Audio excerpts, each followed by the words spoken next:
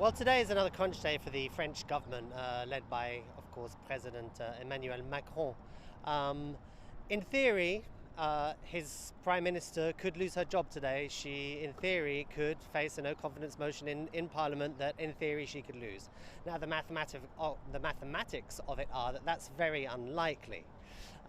She'll probably squeeze by with with maybe 10 or so votes, and she'll be safe. But that's only really just for now.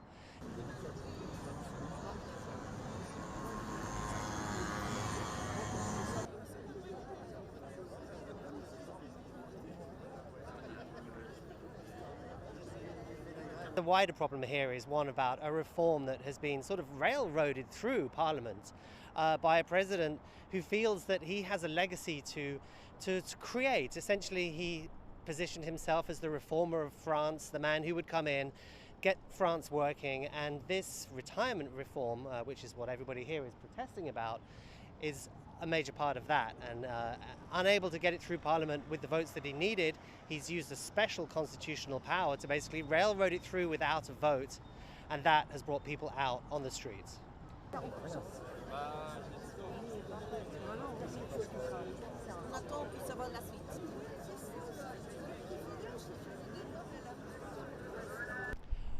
Well, France has a system of social security that rightly people are very proud of. I mean, the guarantees here make some other countries enviable, and people are naturally very protective of that. Now here, people hope that by the time they reach age 62, they can retire on a full pension. That's not obviously the case for everybody, but the age of 62 contrasts with some other countries in Europe where maybe you'd have to work till 65, 67, and people don't want to give that up. And so, in a way, you could understand why perhaps they, try and sell the idea of, yeah, you've got to work a few more years to get the same thing. It was always going to be a tough sell, and it's an even tougher sell for a president who doesn't have the support that he needs to get it through Parliament with the votes that he needs.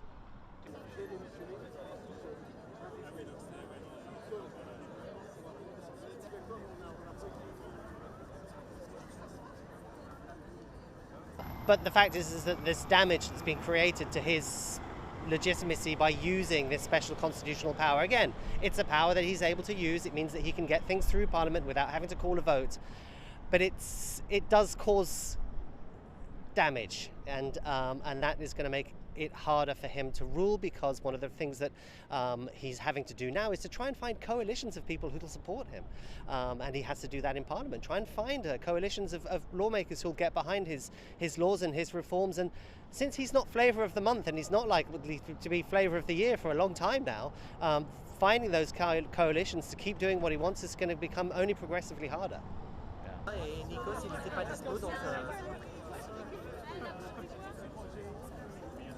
Donc le temps perdu, c'est